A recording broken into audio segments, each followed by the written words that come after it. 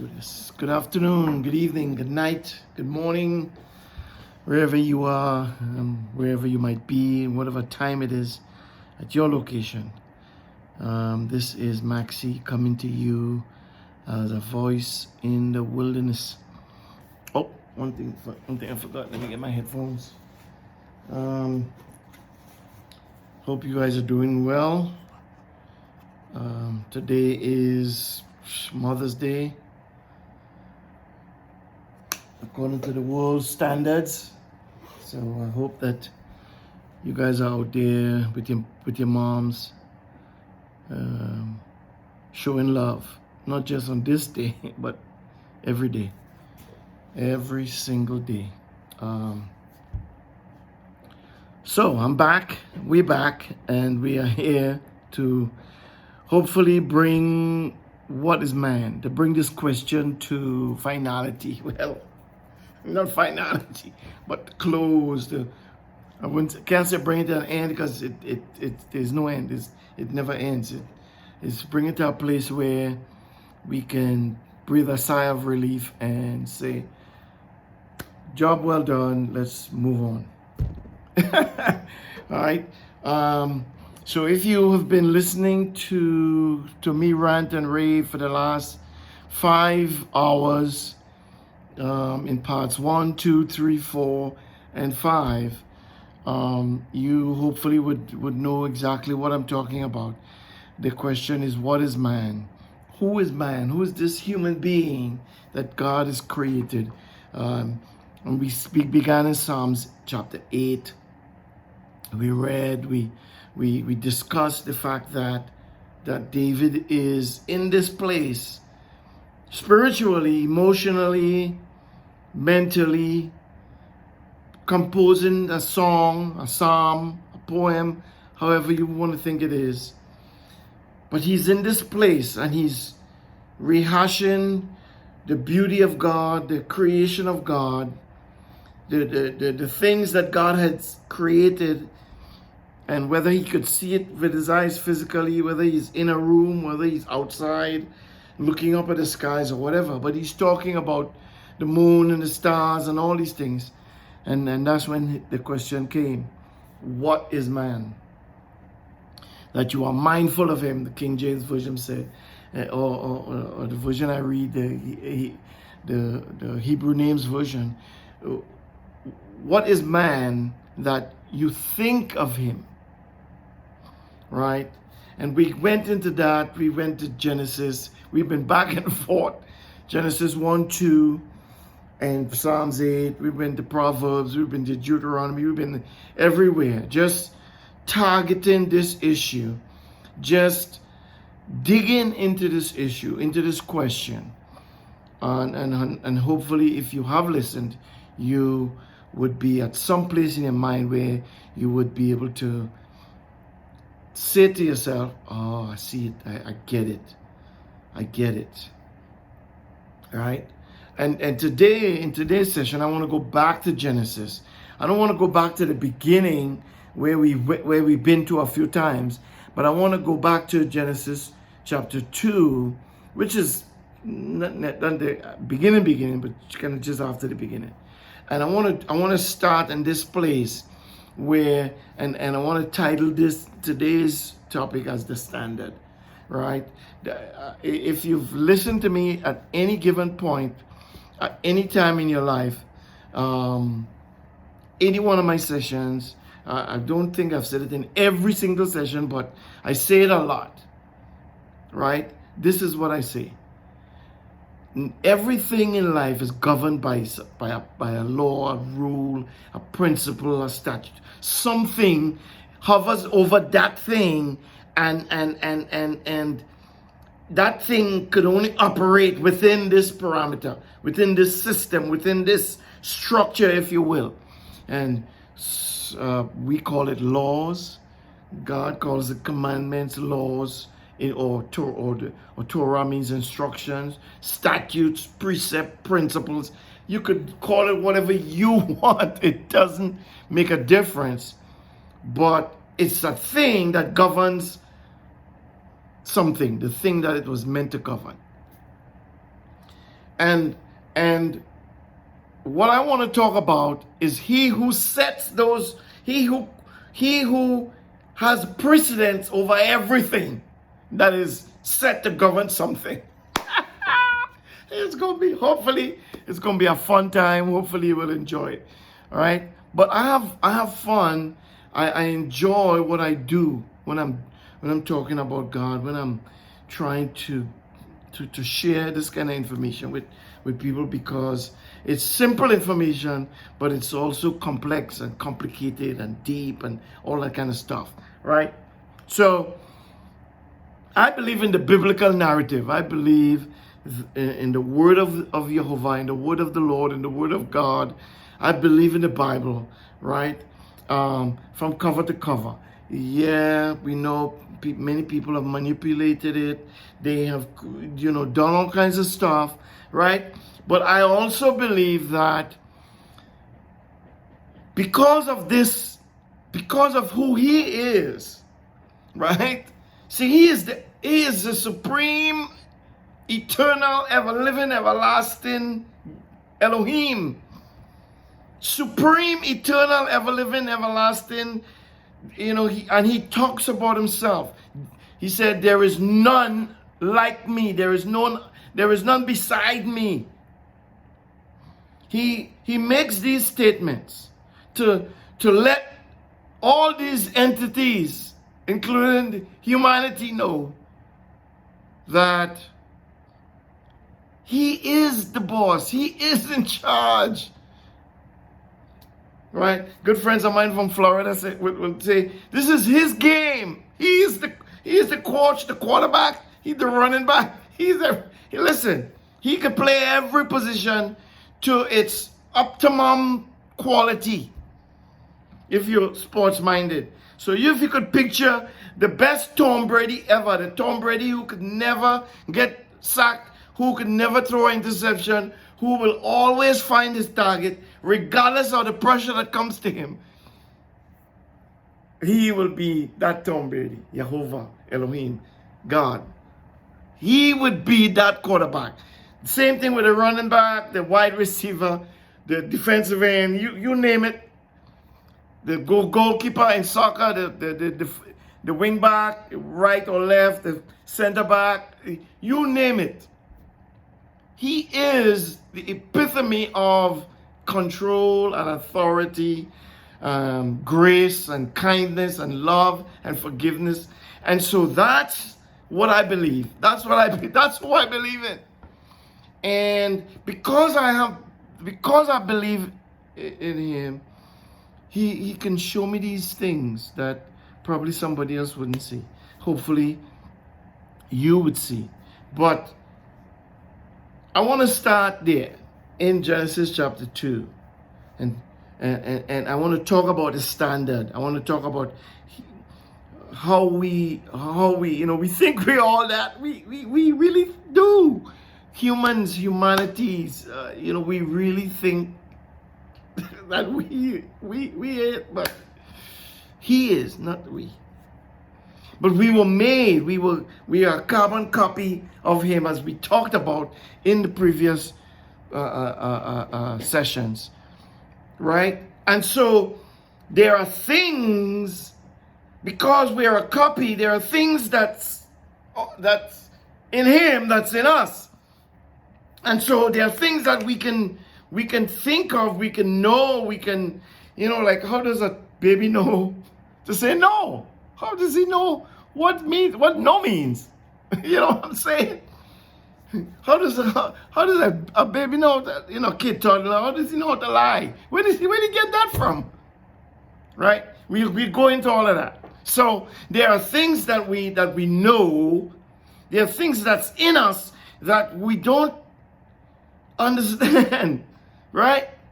How we could calculate distance, how we know the distance from Earth to Mars and the Earth to the Moon, and how can we calculate those things? Yeah, we have instruments and we have technological help, but how can we configure those things in this little brain here, right? That's because of him, right? He who knows it all created us. So if we're not exactly like him, at least we know some things, right? So we're going to go, we in Genesis chapter 2, if I didn't say it before, I'm saying it now. We're going to go into Genesis chapter 2. Like I said, my target, my goal for this hour and a half, hour and 20 minutes is to bring this topic, this idea, what is man, to a combination, to kind of quiet, not end, can't say end or stop or anything like that, right? We're starting in Genesis chapter 2, and we're going to talk about the standards, right? He who set standards, he who told the seas, told the waters, you can only come this far on the earth. You can't, you know what I'm saying? You ever wonder, you go by the seashore and it come right there and it roll back. Every so often when a wind, like in a storm, it will come in, but it'll go back. You ever wonder how that happens? Right? How everything that goes up must come back down. It must. My son used to argue with me, Dad, there are satellites up there. We've put satellites up there in space for years. I say, yes. I say, but you could stay up only this long. Everything that goes up must come down. Eventually, one way or the other, it's coming down.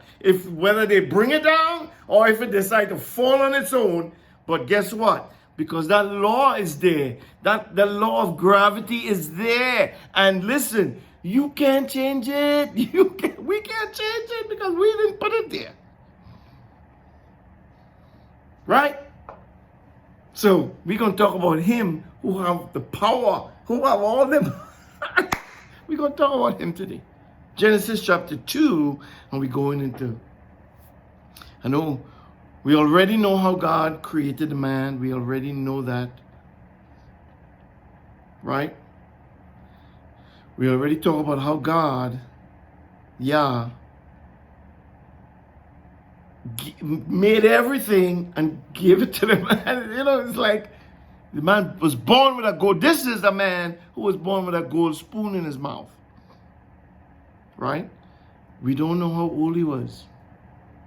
This is his, I guess, I can't say this is his first day, but we're going to start there.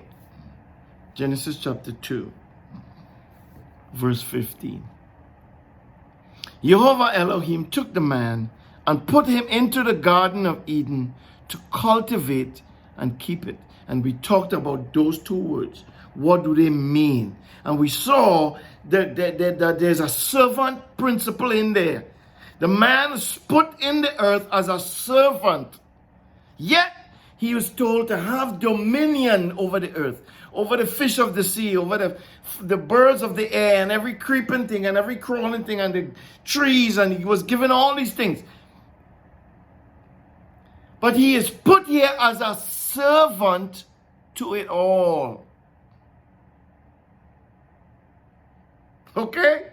And I like that. When I saw that, it was poor reason, because I didn't see that before. I studied and talked about this topic and read and did. I never saw that part, that word, right? And I'm sure you all have experienced things where you pass by something, you read something twice a week, every day, as some of you who read and study and so on, and then one day you pass by the same thing that you've been passing by all the time. You're like, wait a minute, where did that come from? I'd never noticed that. But it's been there all along. And so I wanna hold on to that, if you will, because it speaks volumes. It speaks volumes, especially when you think about the parables that Yeshua talked about. All these parables that he talked about, you could see the servant mentality involved. A sower went out to sow. The man who put the servants in charge of the field, and he left them in charge. You could see the servitude. We were put here as servants to this world, to serve it and keep it and keep it, Keep it. Think about that, right? I just thought about that. Let's think about that for a minute. Keep it. What is, if I say, here is $100, keep it. What does that mean? I gave you $100 for you to keep it. Now, the word keep, you could keep the $100, like hold on to it forever, right? You could take the $100 and because it's yours, you could give it away because it's yours, right? You could take that $100, not give it away, but invest it, or you could splurge and just go buy food, take the family out for dinner or whatever. Because I said to you, this is $100, keep it. So keep is a broad term. So what does it mean to keep the garden, right? It could mean all of those things. Doesn't necessarily mean one thing. So if you decide to go and spend it, it's just your prerogative, right? Because it's your $100. I give it to you, right? But guess what? When you spend it, understand that you may or may not get another $100. So just think about that with that word keep.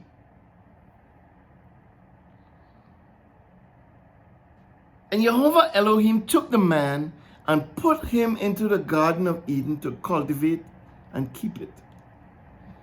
And Jehovah Elohim commanded the man, saying, and you know that word is a command. Is, you know, when you say I command you, it's a strong word, really is, right? It's like a military. You know, you hear that words it's like a military kind of thing, right? And it has the connotation that says you better do that, or else you're in trouble, right? And if you're involved in any kind of military departments or divisions or fractions or mindsets or training or anything like that, you would understand what I'm saying, right? He commanded the man, saying, you may freely eat of every tree in the garden, but you shall not eat of the tree of the knowledge of good and evil, for in the day that you eat of it, you will surely die. If I'm commanding you to do this, and if you don't, this is the repercussions. So he is laying down a law of reciprocity, right? My old bishop used to use that word a lot. It could tie your tongue for a minute. Reciprocity. Reciprocity. Okay, see, I can't say it fast. The law of reciprocity. Whatsoever you sow, that shall you also reap. You sow bad, you reap bad. You sow evil, you reap evil. You sow deception, you reap deception. And other cultures and other people and other words that people use to equate that is, you know, karma. And they say karma is a, you know, that kind of stuff. But this is the principle here. He's laying it down. The day that you disobey this command is the day that you will die. Right? And then he goes on down and he says the man shouldn't be alone. We went over that. He talks about the man. He said the man shouldn't be alone. He wanted to create a helpmeet. We talk about that. I don't want to go over that. Right? I want to go a little further. And then when he created the woman, took the rib out of the man, the one rib, remember I said, you know, you people have, you know, women, this society says stuff that sounds right, sounds good, but it's not truth. Okay? And I like to stay with truth. Stay with truth. Not things that sound good. One rib. Left the man with how much of I'm not a scientist. My scientific knowledge is limited. I guess I could Google that, but I don't want to do that. Took one rib, created the woman, right? And we talked about that. The awesomeness of the woman. Even the man, when he saw her, oh, she is now bone of my bone and flesh of my flesh, was his cry. And she shall be called woman. Why is he telling her what she should be called?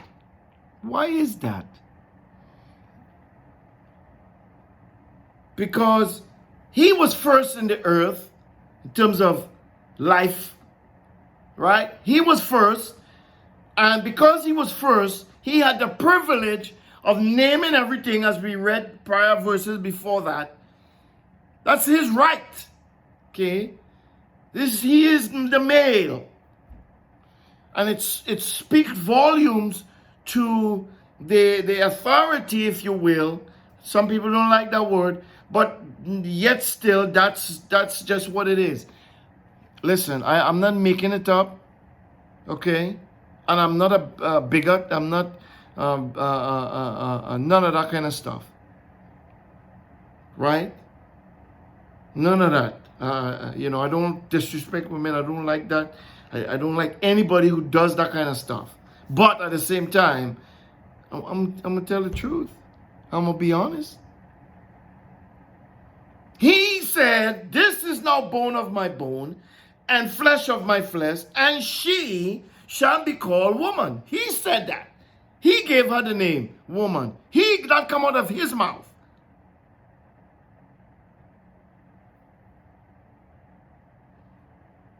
Therefore, a man will leave his father and mother and join with his wife, and the two shall become one flesh. And that statement is a statement that has been true from the moment it was spoken, or even before it was spoken. It's been true. When a man gets married, he then leaves his mother and father, and he cleaves to his wife, and they become one flesh. They become a unit. They become a family.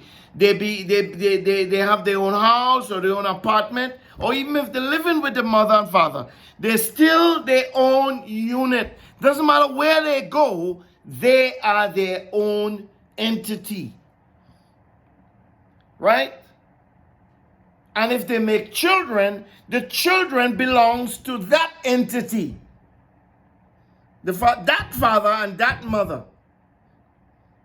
Yeah, no, Jacob took Ephraim and Manasseh. I know that. But he didn't take them in a physical sense. He took them, right, as his own, but he couldn't take them biologically or physically. Well, let me rephrase that. Maybe he couldn't take them physically, take their bodies with him in his household. But biologically, they were Joseph's sons. Right? But that action, that physical action, was part of a bigger spiritual thing. But that's not where we're going. So, don't try that. I saw you trying to pull me over there. Don't try that. So,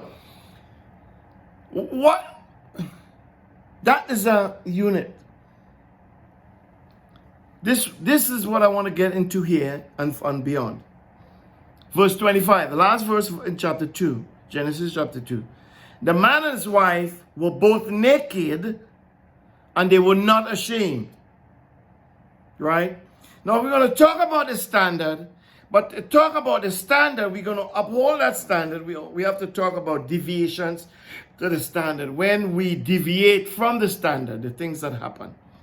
And in this instance, we're going to roll into the first deviation of the standard and what happened, and subsequently to that, what was created, and then if we look back at that, we could look at us now and see where we are, and then into the future and see where the possibilities, right? You're talking about prophetic things and dimensions and stuff like that. So the man and his wife were both naked and not ashamed. So first thing, we like to dig in the words. I like to dig in the words. Let's go into that verse and look at the word naked. See if it has a sexual thing. It means, oh, they were naked. I was seeing stuff. Let's just see if that's what it really meant. The word naked here is a room. I want a room, please. Right? So there's that connotation, of course. Of course. That's the epitome of words. Okay? The epitome of words. We looked at the word woman, and we saw where the word help meet, where God created this person to stand opposite the man, opposite him, like a mirror, not to oppose him, like opposition, but they're all part of the same word, right? Oppose, opposite, opposition. But that's not the idea. Wasn't to create an opposition for the man. That didn't make sense.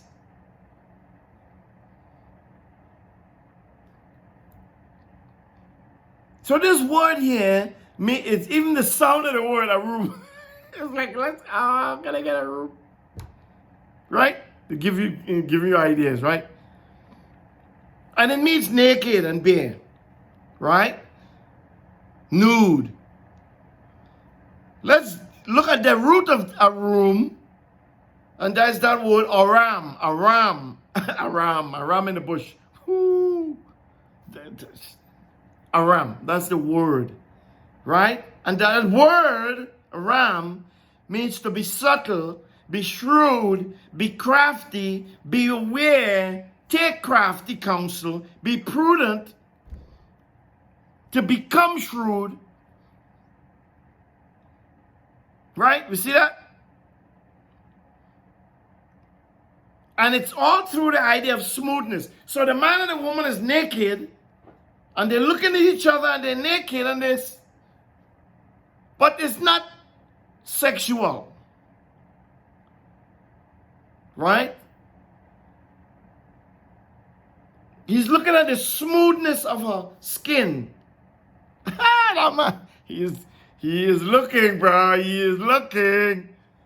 He's looking at her physical form. That's what that is. Smooth. And that's smooth because it's smooth. You're smooth. And you know what? Ladies and gentlemen, we use these words so well in these to mean these things. When a guy is handsome and he moves smooth, and he talks to the ladies and he's smooth. But that smoothness is what cunning and crafty, that's what it's all about. Is that smoothness, that suave, right?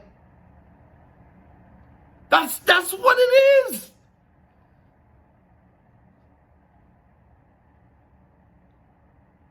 So they were both smooth, crafty, cunning.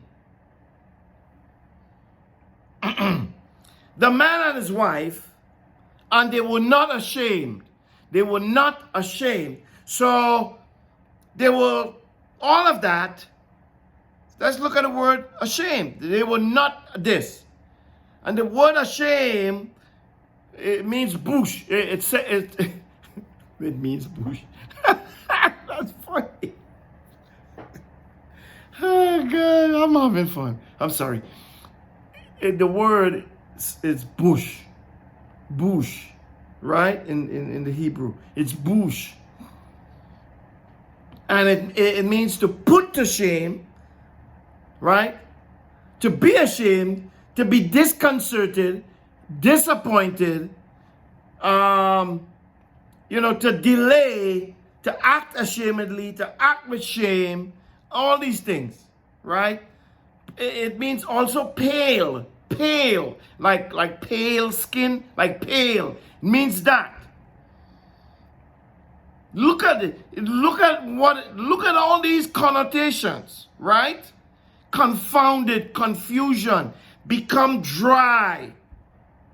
That's what that word means, right? Bush. But they were not that. They were not ashamed. So they were not bush. So they were not disconcerted, or they weren't acting with shame. They weren't, feeling shame, or they wasn't disappointed. None of that. They wasn't dry. They wasn't confounded or confused. None of that stuff. They were not that. Right? So, we see here what these two humans were at the time of conception, if you will. At the time of birth, if you will. Like I said, I don't know how old the man was. I don't know how old. Did he make a baby? He didn't create a baby yet. Babies don't talk. Right? Babies don't talk. Oh, God. I'd say that I remember a comedian. His name is Paul Keynes Douglas. You could go YouTube and search him out. He does a comedy skit on babies and a christening. It's hilarious. Right? Babies don't talk. Babies can't talk. Anyway, so we don't know the age, but it sounds like they were full grown. It sounds like they were adult human beings, right? Which come first, the chicken or the egg? The chicken came first.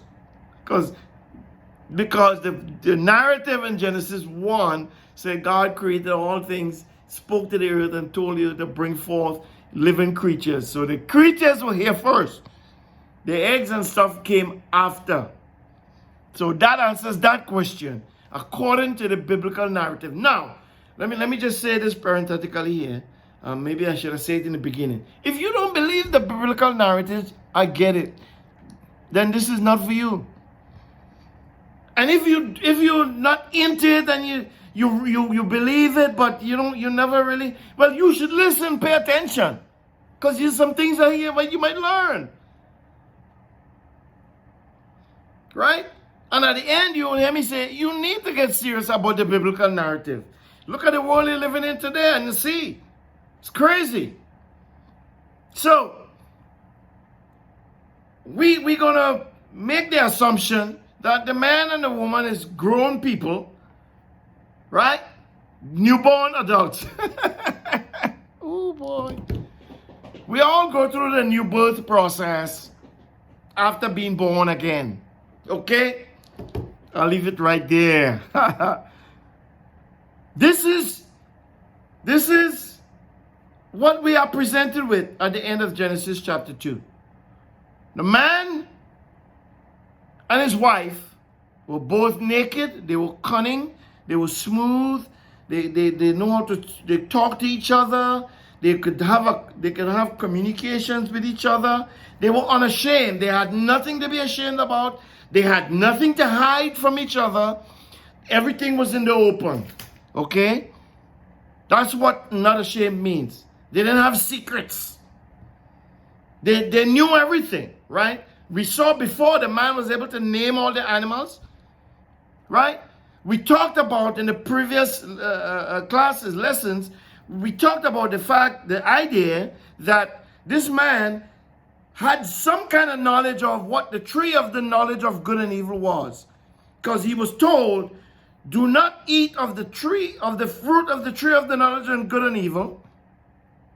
For in the day you eat of it, you shall die. He was told that, but that's it. So I'm going to tell you, see that house? Don't go to that house. Well, you've seen the house, so you must have some idea of what house I'm talking about.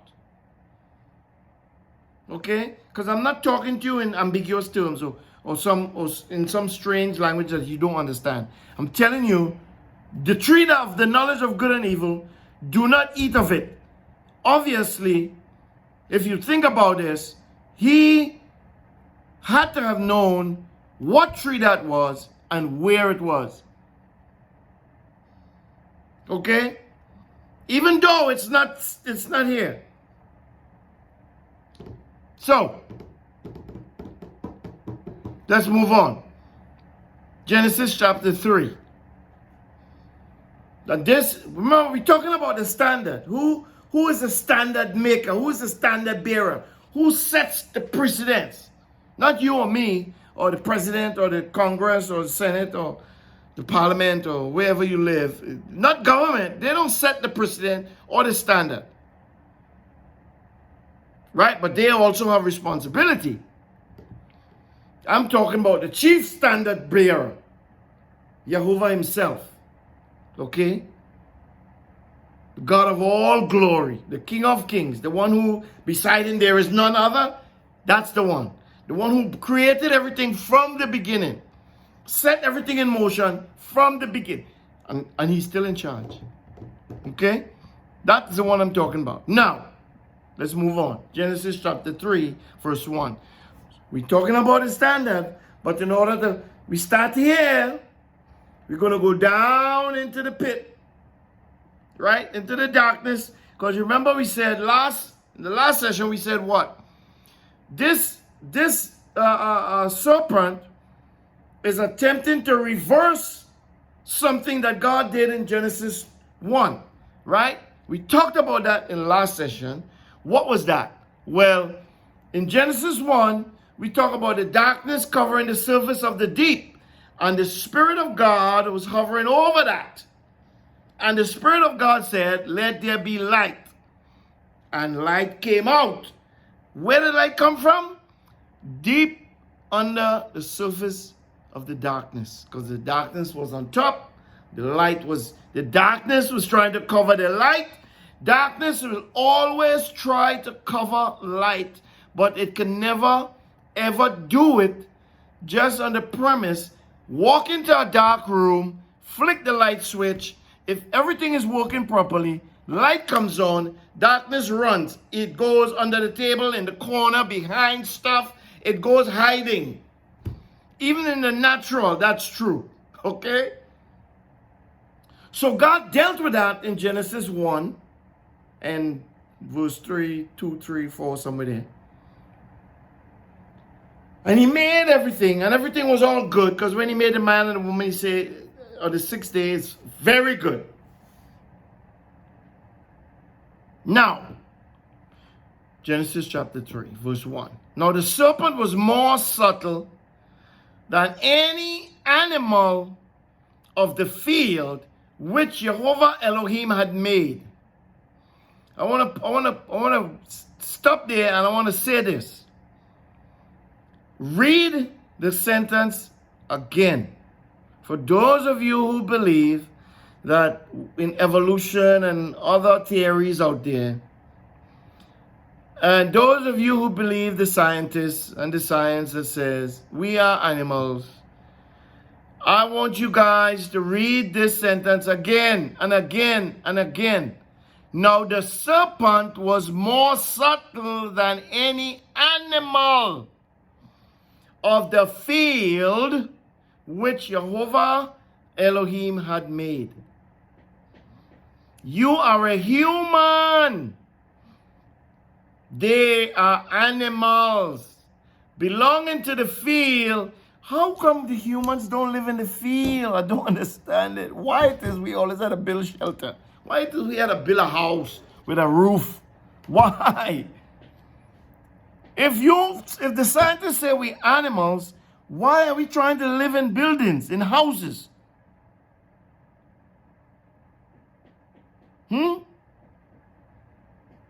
Okay. He said to the woman, has God really said, you shall not eat of any tree of the garden? That's verse 1.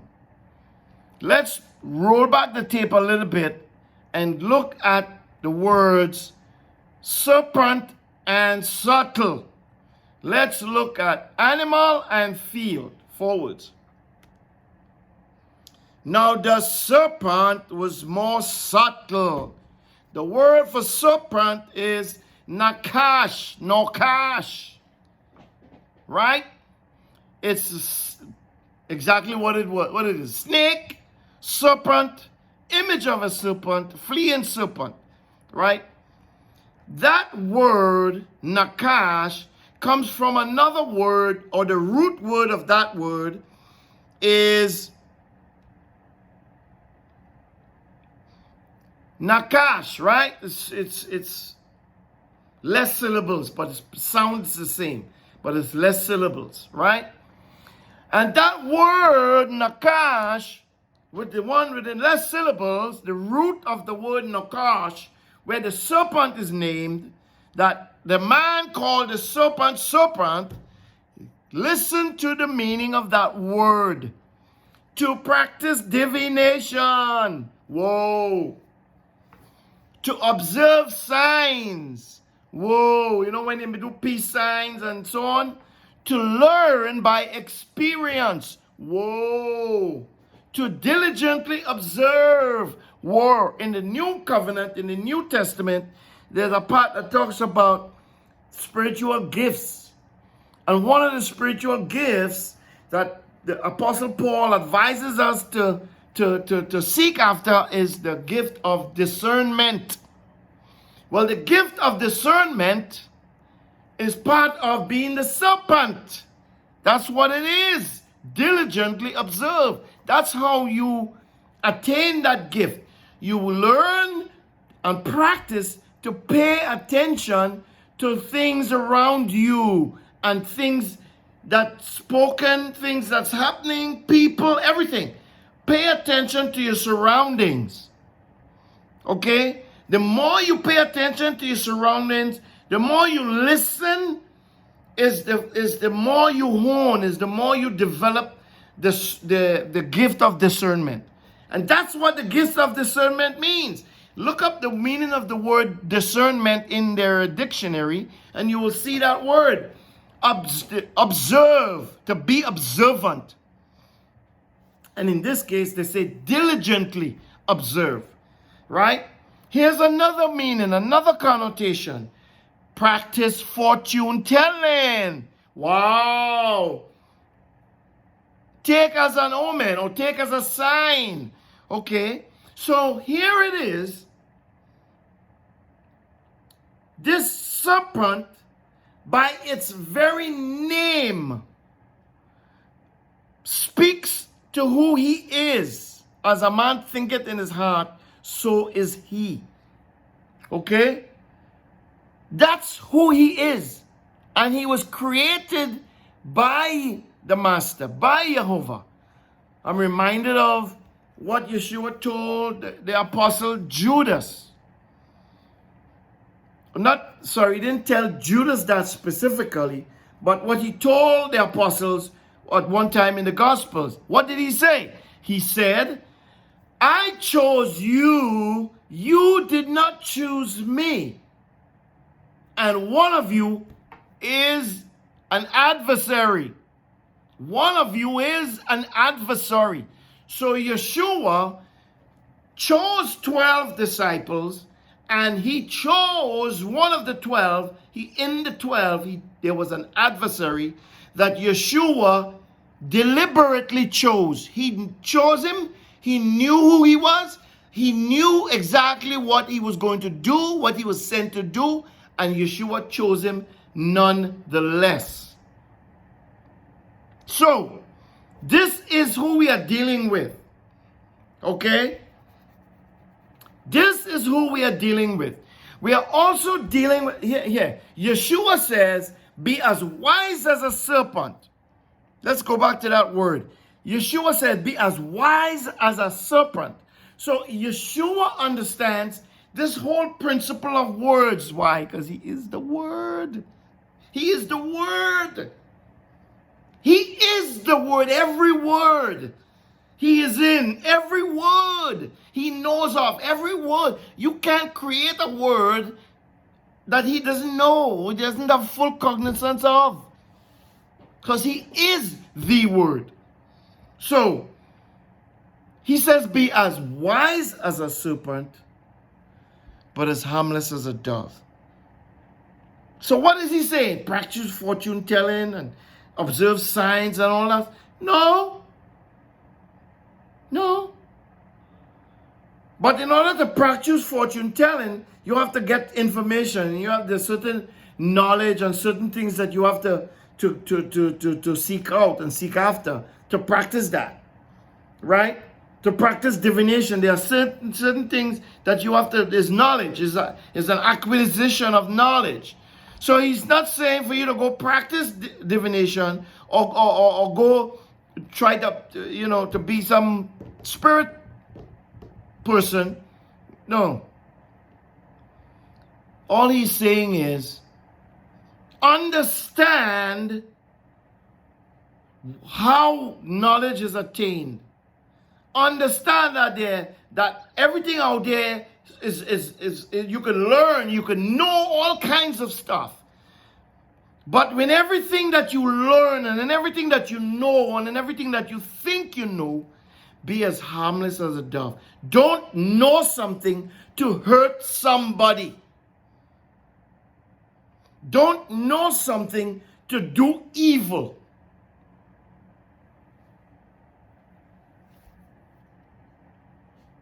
All of that from the word serpent. Oh, gosh. And last but not least, it's called a snake from its hiss. That's why then the writers of the letters in the New Covenant spoke against those people who like to gossip. Gossip is gossip. Don't be a gossiper because you sound like a snake. And gossip, the action of being of taking part in gossip is leading you into being a serpent. And it's evil. So stay away. Okay? This is who we are dealing with. And God made him, and he was good for his purpose. Okay? Remember in Proverbs 16? What did we read? God created everything for its time or its purpose. He created everything for its purpose, including evil for its time. So, God is not, all this evil is going on in the world. People are kicking me out. People don't want to listen to me. He's like, man, how did that happen? No, that's not God. How in the world did I let this happen to me? I'm God. I'm the king of the world. No, he ain't worried. He's not worried because he made everything. So he's not, shocked or dismayed or ashamed or all that kind of, no. So, I said we're going to look at serpent. Let's look at the word subtle. Ooh, here it is. The word subtle is the word arum. Wait a second. Wasn't the woman and the man a room? Yes, they were. So there are two entities coming together. Right? I'm not going to go into the whole subtle thing again, what it means and all that, into the root and all that. We got that from the man and his wife were both naked, subtle, and not ashamed. Here the serpent is also a room. I want a room. But he was more a room, more subtle than any beast. And this word beast is interesting because it's depicting something with life. Right? We have life, but we are not called beasts. Now, if you act like one, then you might be called one. Right? And when we talk about the power of words, you keep saying you're an animal. Let's not go into that. Let me stop right there. Right? It's the beast. That's what he says he is. This right now is a beast. But that word is a word that pertains to life. It's the word kai.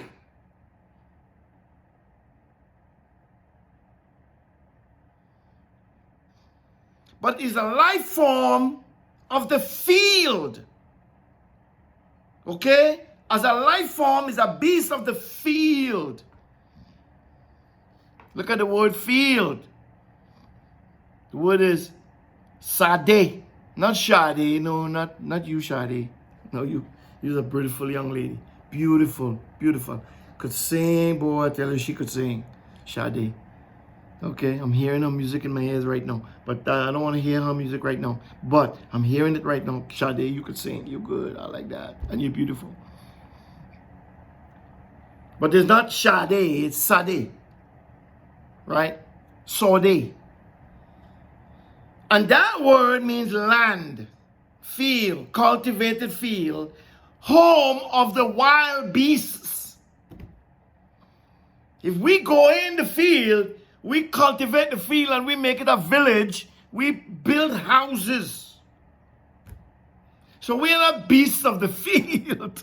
We go into the field and create homes for us. Homes. Right? And then people get mad and say we cut down all the trees and so on. Are you having fun? Are you listening? Are you being entertained? All right, Russell. You in my head too. Get out. That's what that word is. So he is a life form. The serpent is a life form in the field. We are life forms in the homes, in the cultivated. We cultured. We are cultured. We're not beasts. Okay, I'm not an animal. Don't call me an animal. I'm a human being. A male human being. Lovable and cuddly and funny and all that good stuff. No, not perfect. No, don't say that. Don't say I heard you. No, I'm not. I wish I was though. Really, I really wish I was perfect, but hey, I'm not. Anyway, let's move on. So, this is here now is the person or the thing or the entity who's going to start this conversation with this woman. And he starts off by saying, did God really say? Oh boy, talk about smooth, talk about cunning, talk about gossip. Already, because he is who he is. God created him like that. So don't be mad at the serpent. What's the admonition? Be as wise as him, but not as deadly as him. You think that admonition just came in gospel, right? You think that wasn't like the thing the man didn't know that? You think the woman didn't know that? Yeah, they did. Right? We'll get into that in a minute. So here is this conversation between these two cunning, wise, slick, smooth, smart, intelligent people. One is on the field and one is of humanity, cultured and nurtured and all that good stuff, because she born with a gold spoon in her mouth. Right? And without getting into the whole back and forth, and they are you know, people have made comments on the whole thing. You know, the woman added to the word when she said, you know, he said we shouldn't eat of it, but we also shouldn't touch it. And okay, I'm not disputing none of that stuff. Here's what I want to get at. Here's what I want to get to. Okay? In the conversation, they were back and forth. He said God didn't say. He said, well, God didn't mean that. She said, yes, it did. But yet still, there came a point where she was drawn in. She was lured, if you will. She was deceived, if you will, into what he said or it said, whatever. And she believed what it said, what the serpent said. Why? How could that happen? That's the big issue. How did that happen? She was created. She was taken out of man. She had all this. She was wise. She was full of wisdom. What happened with a room? What happened in the room? Well, I'll put my 2 cents worth. That's as much as it might worth. Might be just 2 cents, but I don't care. I'm going to put it in still. We talk about the age of these two human beings, right? We know, I don't know what age Adam was. Was he 20, 25, 30, 35? Was he 50? I don't know. We don't know. Up at this point, it didn't seem like they had to make physical contact and all these. We don't know. They may have done it. They may not. We don't know. Nobody knows. What happened to Adam? He was naming the animals and all this kinds of stuff. They know where the tree was, yet still, she responded. But in verse 3, no, let me back up and read verse 2. This is her response when he said, did God really say? She said to the serpent, we may eat fruit from the trees of the garden, but not the fruit of the tree which is in the middle of the garden. Wait a second. How did she know that tree was in the middle of the garden? You see my point? Where did she get that information from? Right? Now, we read in the story, we read in the narrative, and we know that the tree is in the middle of the garden, but we only know because we were told it's in the middle of the garden. Right? Not just here, but I think it's also in chapter 2, it says something about the middle of the garden. Let me see if I can find it.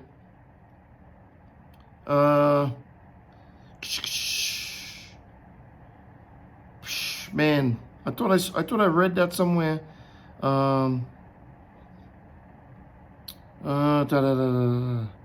maybe it's further up. Maybe it's further up. Right. Verse 9. Genesis 2 and 9. Genesis chapter 2 and 9 says these words. Out of the ground, Jehovah Elohim made every tree to grow that is pleasant to the sight, good for food, including the tree of life in the middle of the garden, and the tree of the knowledge of good and evil. Now, it doesn't say that the knowledge that tree was in the middle of the garden. It says that the tree of life was in the middle of the garden, right? It could have said that including the tree of life and the tree of the knowledge of good and evil that was in the middle of the garden. Could have said that, but I'm not gonna go. That's fine. Let's just take it that the tree of the knowledge of good and evil was in the middle of the garden, like God said in 2 and 9, and like she said in 3 and 3. But when God put the man in the garden, God didn't tell the man, don't eat of the tree of the knowledge of good and evil that's in the middle of the garden. So that's why I said the man had to have known about the tree, had to have known where it was, like she did. She came after him and she knew where it was. So it's not like he didn't know. So what I'm saying is, there are things that are known and they are revealed by things that we say. And sometimes we say things and other people will hear what we say and determine what we know. Right? So it would seem appropriate to think that he knew about the tree and what kind of, he knew everything about, he had information. She had information because she's talking about it, including where it is. She didn't call it the tree of the knowledge of good and evil. She just said the tree, the fruit of the tree that's in the middle of the garden. So that could have been the tree of life or the tree of the fruit of knowledge of good and evil. She didn't name it that tree specifically. So when you think about that also, the serpent knew about that tree. Ooh, boy, I'm telling you, everybody know about the tree of the knowledge of good and evil. What? So everybody, seemingly, knew about this tree. Everybody, I mean, God, the man, the woman, the serpent. These four people. That's who I call everybody, because that's who we're dealing with right now. Okay? Let me say everybody. They knew about the tree, and they knew exactly the commandments pertaining to the tree, including the serpent. But you remember, the serpent by nature, okay, is kind of how he is designed. If he sting you, he sting you. He ain't stinging because he have to sting you. He's stinging because that's what he does. Okay? He gets you because that's who he is. I'm reminded of the story of the scorpion and the toad. And the scorpion wanted to go across the river, and he said he by one side of the bank, and he said, "Hey man, I'm trying to get over there." And the toad said, "Jump on my back. I'll swim over there and take you over there." And he said, "Okay." And the scorpion jumped on the toad's back, and the toad swam across the river. And when the toad got up on the other side of the river, and the scorpion stung the toad, and the toad looked back and said, "Yo, what you do? I mean, I did this good deed for you. That's how you treat me? That's how you repay me?" The scorpion said, "Well, hey, that's just what I do, bro. I didn't do it deliberately. It's just as a reflex action." Oh gosh, that's sweet. What am I saying? Gosh, look at the time. It's gone. What am I saying? I'm saying people have discussed this story in a variety of ways. I just want to look at what is written, read what is written, take my time, think about what is written, think about why it was written the way it was written, think about what's the message it's trying to convey to me and to you by writing it down. What's the purpose of writing it down? I want to look at it like that. I'm not thinking about anything else. This is where I want to focus in on. Why did this brilliant, smart, wise, intelligent, smooth, cunning, suave woman, I'm looking for that modern word that they use. I can't remember it right now. I might remember it later on. This human couple who's knowing all these things, is in charge of all these things. Why they were deceived by this individual serpent? Why were they deceived? Why did they allow themselves to be deceived? I have a couple notions. One of them is that because we talk about the age, we don't know, but we have to think about maybe they had all the knowledge, but they didn't have the wisdom to go with the knowledge. See, because knowing something and being able to apply it in the correct way and being able to be wise in what you know is two different things. Okay? It's two different things.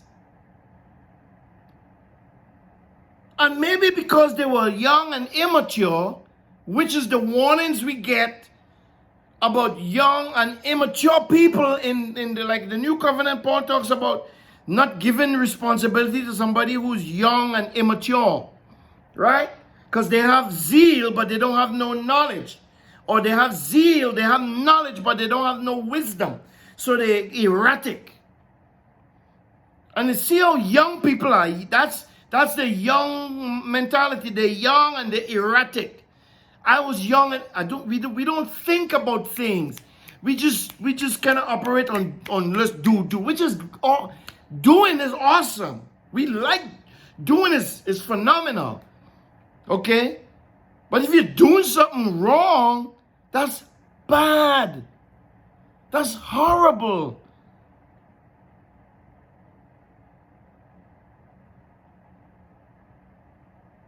And that's what I believe the real issue was. The serpent was just being himself. She was just being herself. But remember, she in her young self, if he is wiser than all the animals and the beasts of the field, wiser than all the beasts of the field, there's only two human beings. She is one of the wise ones. How come he outwitted her? How come he outsmarted her? Right? There's got to be something in there. And I believe this more than anything else is the line, what do you say, the stroke that breaks the camel's back, the stick that broke the camel's back.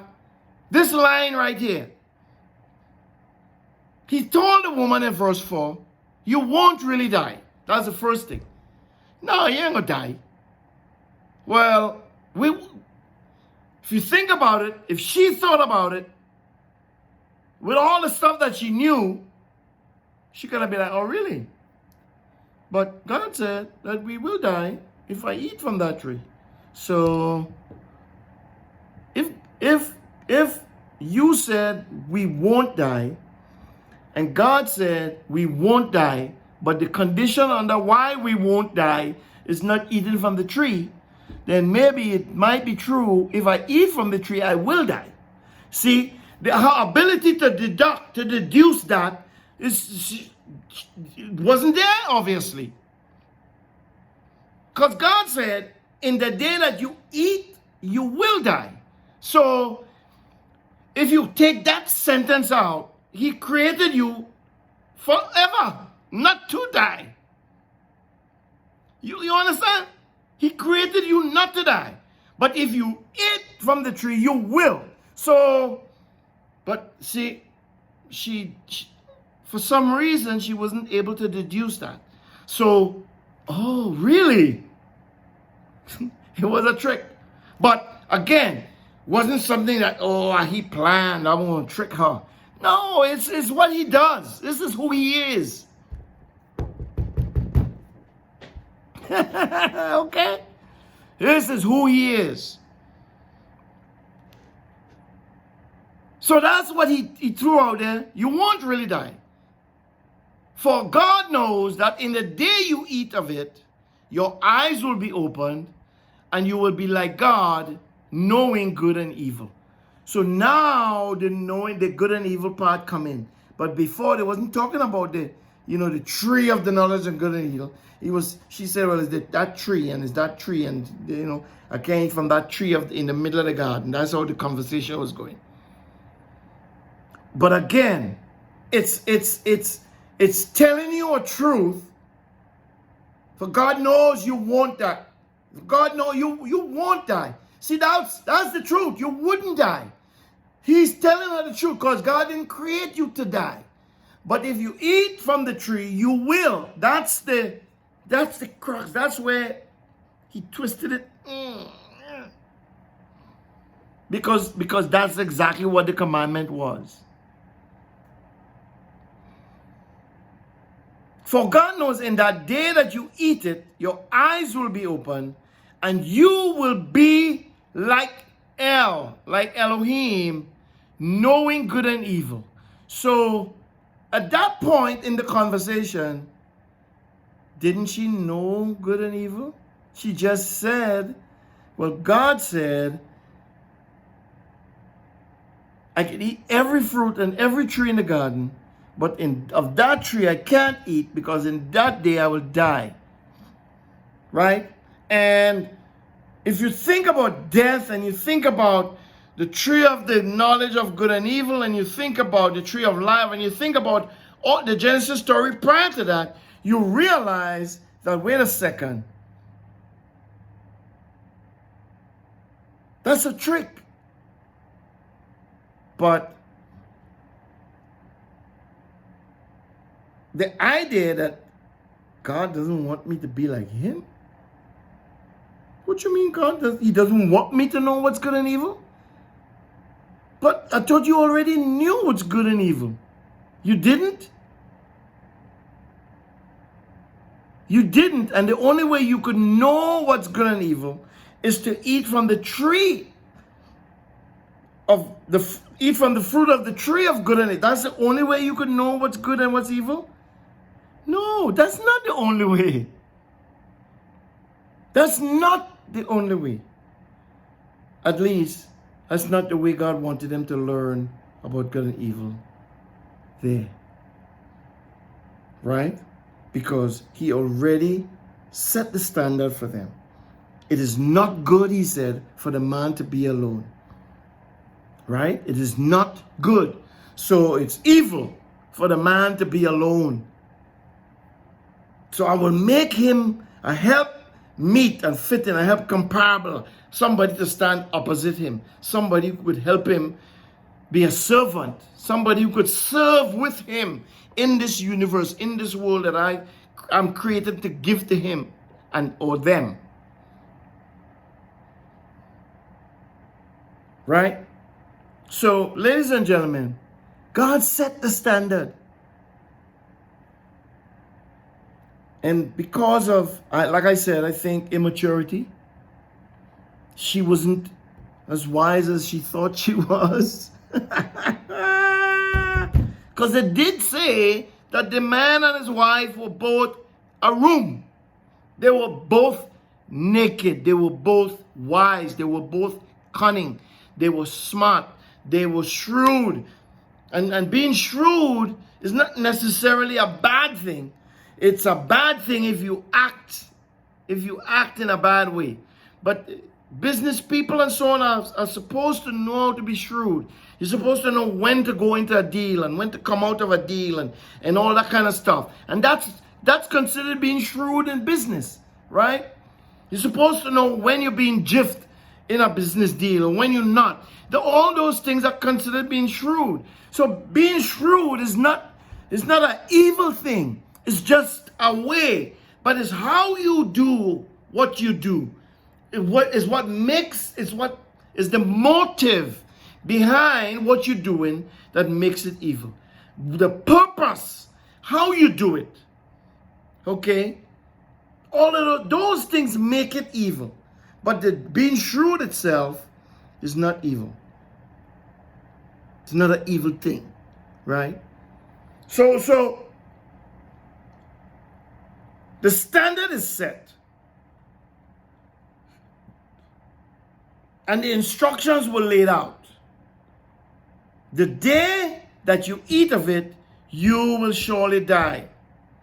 And she knew the instructions. And you hear many people talk about in times past, many people talk about, well, where was the man? And the man was right there. If you read a little further down, you see the man was right there. Because when she ate, she gave it to the man, and the man ate too.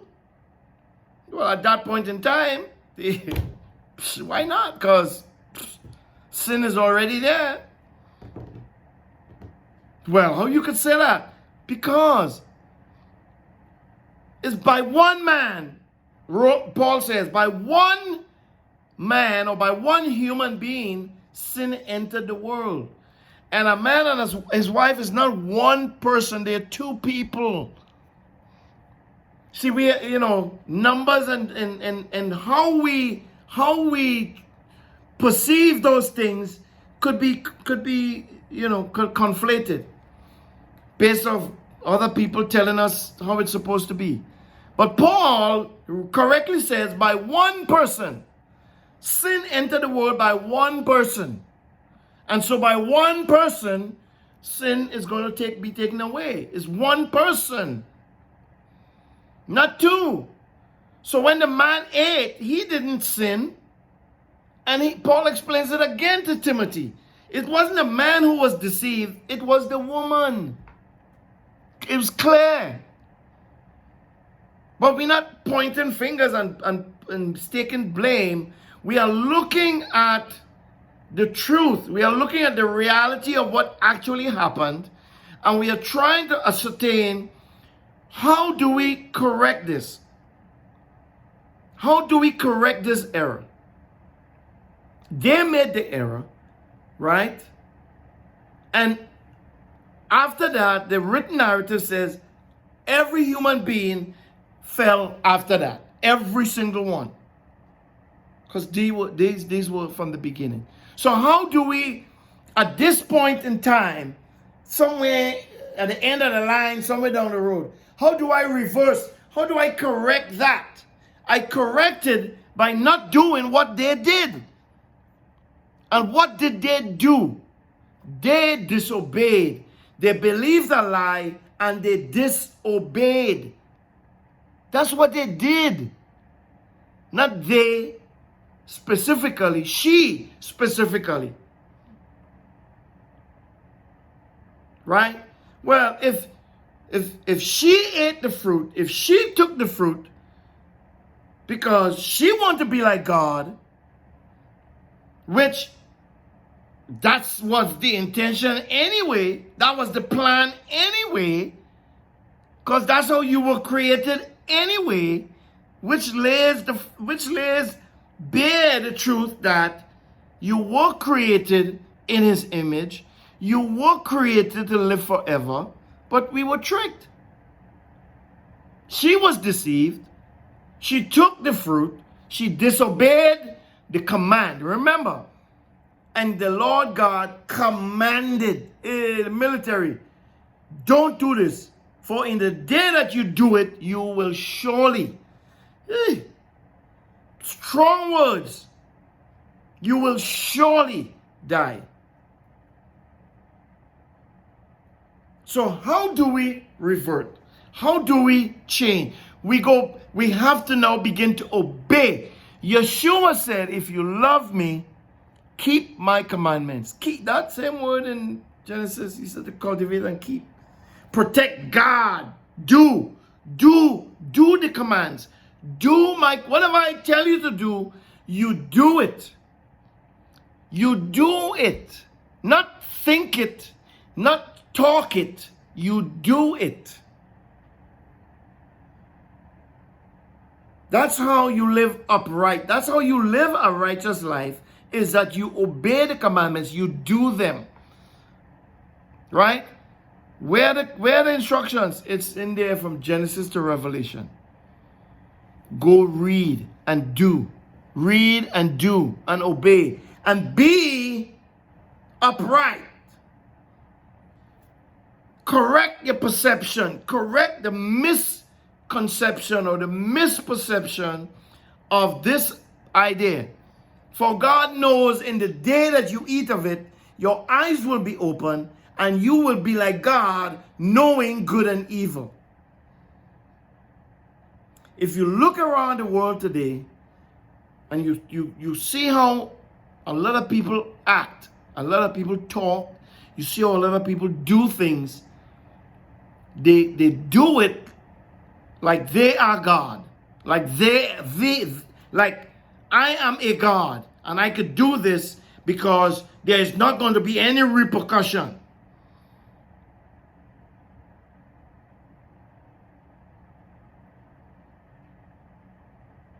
But that's not the standard.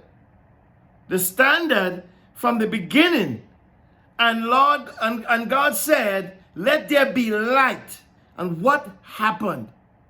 Light became, or light be, or the light came to be, or the light obeyed the word of its master. And if you read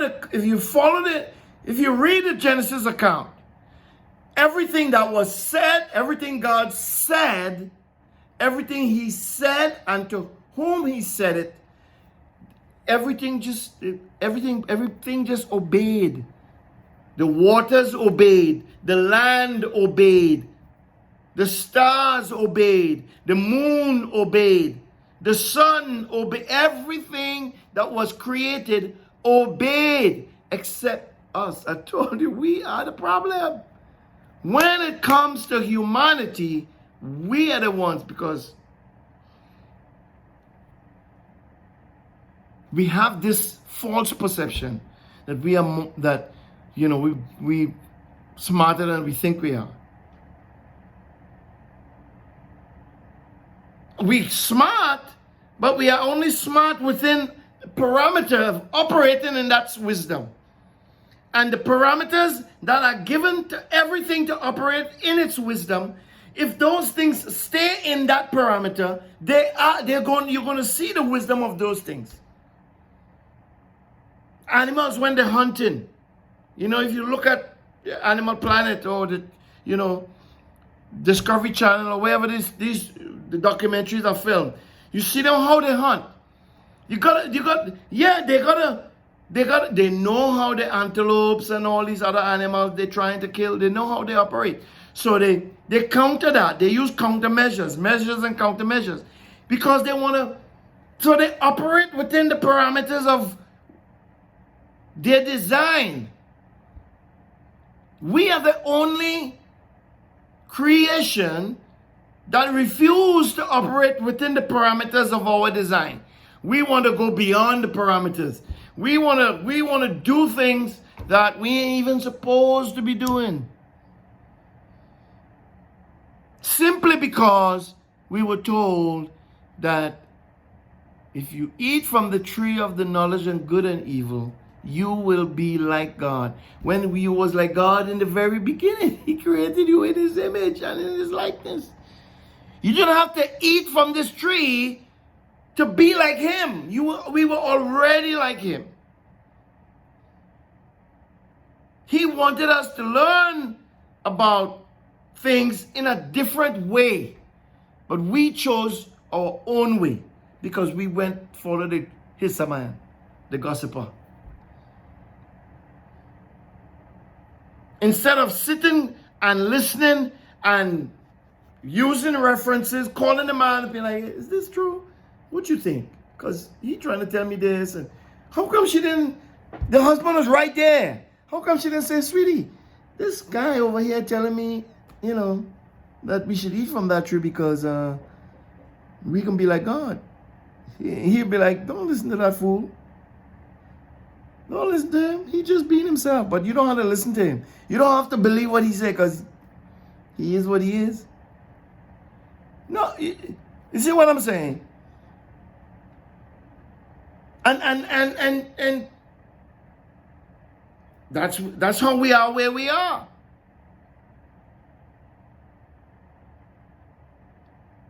We talk about two heads being better than one. We talk about in a multitude of counsel there is safety. Where's her counsel? Why she didn't turn to the husband?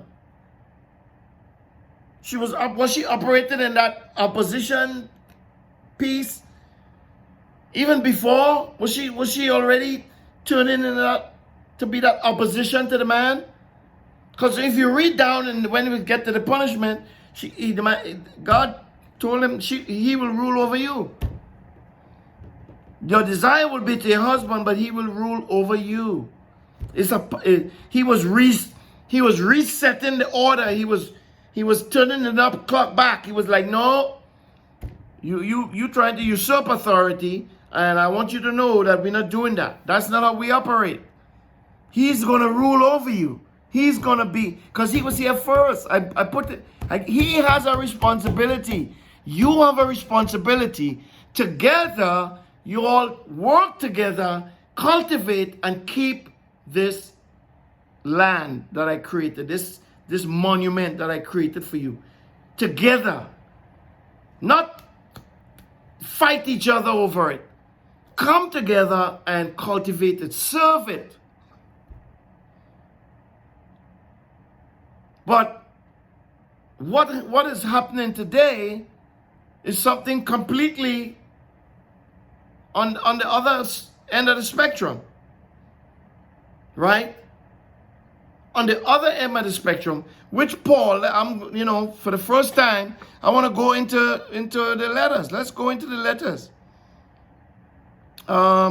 Timothy, is it second? I think it's 2 Timothy. I think it's 2 Timothy 3, maybe. Yeah, 2 Timothy chapter 3. For those of you who might be thinking, well, he just read the Torah. Listen, the letters confirm what the Torah says. And if something in the letter doesn't confirm what the Torah says, I don't have to listen to it. I don't have to, no. The Torah is the word of God. That old one from Genesis to Malachi. Because when Paul was teaching, when Paul was talking, when Paul was having this very conversation that I'm going to read for you, this book was not there. I'll leave that right there. This is what he told Timothy. And I'm saying this in closing. In bringing this to El Pun, pause. 2 Timothy chapter 3, verse 1 and follows, and reads as this. But know this, that in the last days grievous times will come.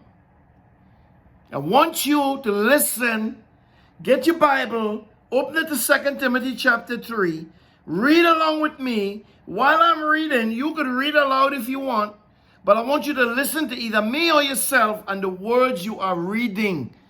And while you're doing that, I want you to imagine outside, in the world, in governments, in lands, in territories, the news. Read about what you hear. Read and then think about the things that you hear about in these various places. And see if Paul is not telling the truth. But know this, he says to Timothy, 2 Timothy chapter 3, verse 1 and follows, that in the last days grievous times will come.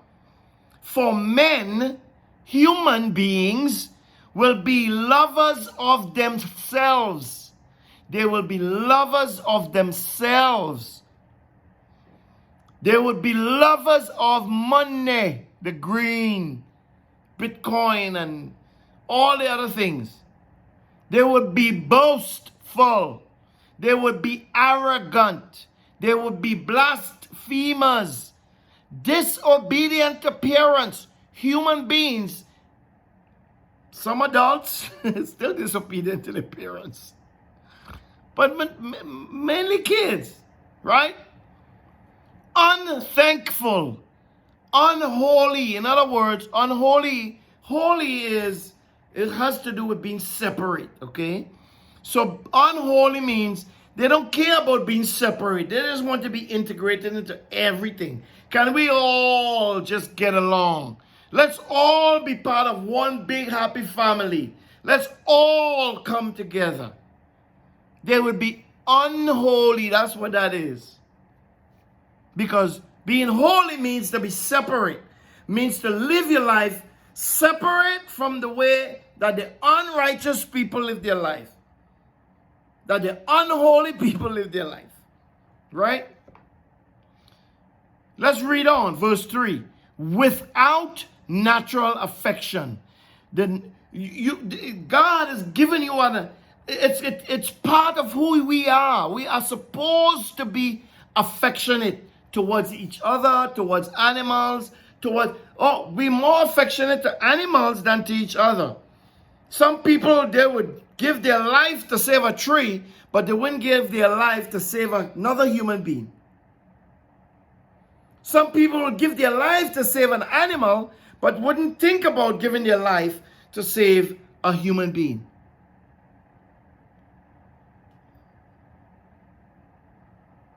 Without natural affection, unforgiving, they would not forgive.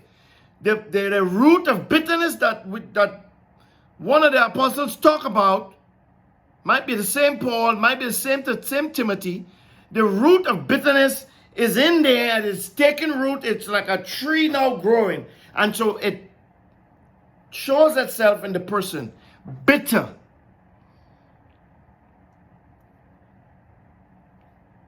Without natural affection, unforgiving, slanderous, without self-control. Big one. Can't control themselves. It's like the Proverbs say, a man who can't control his own spirit is like a city without walls, right?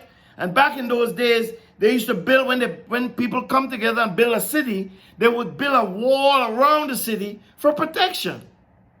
It's only normal. It's a way of keeping their civilization intact, keeping their people safe, their kids and everybody. Yeah, I mean, that's what it is. But a man who cannot keep his spirit is like a city. A man who cannot control his spirit is like a city without walls. That's what the Proverbs say. Go and look it up. I don't know exactly where it is in there, but it's in there. Right? Where were we? Without self-control, fierce, like angry, right? Like I'm gonna kill you in a second without thinking, fierce. Not lovers of good. Not lovers of good. They do not love good. They do not love good. Traitors. Headstrong, right? We talk about in the past few lessons. They're wrong and they're strong. They don't care. This is what I want. I'm going to do it. I don't care. Headstrong. Conceited. Woo. Lovers of pleasure rather than lovers of ill. See, I'm talking about loving him to the point of going back and being confined by his principles and his instructions. That's what I'm talking about. That's what I'm calling us to do. Come back there. Let's be confined. Let's go back to confinement.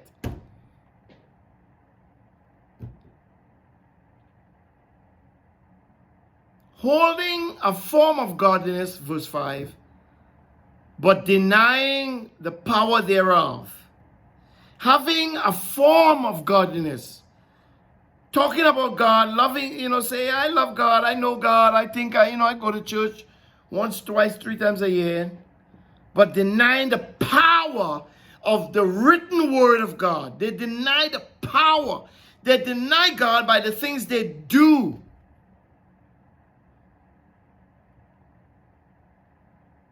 And Paul's admonition to Timothy is turn away. Separate yourself from these. Okay? And we will end there. Ladies and gentlemen, we have the standard that's set. We have it. And people might say all kinds of stuff about the standard. But this is what I say. If we strive to achieve the standard, we can. Because there is nothing that's impossible with God. With God. Without him, a lot of things are impossible. And that's the difference. If you stay with the standard, if you strive with the standard, we can achieve great things. If we go against the standard and keep pushing the limits, we will fall and we will fail. As we have done time and time again. My cry to you in this 5-6 teachings, what is man, is to come back. Let's come back to God. Let us go back to God. Turn around and go back to him. Let us ask for forgiveness. John says he is faithful and just to forgive us and take us back. Because ultimately, that's what he's looking for.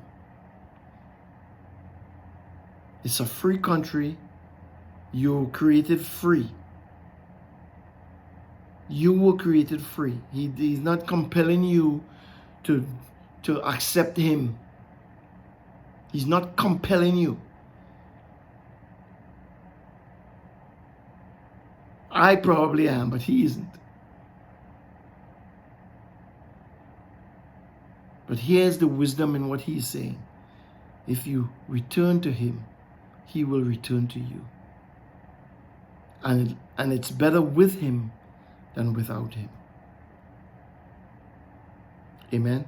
We have to do that. We must. If we have to do anything, if we have to be anything, Being it without him is not that it that we might be thinking it is. Okay? And there are many people out there who are doing things, having big success, making big money, and they think they're with him.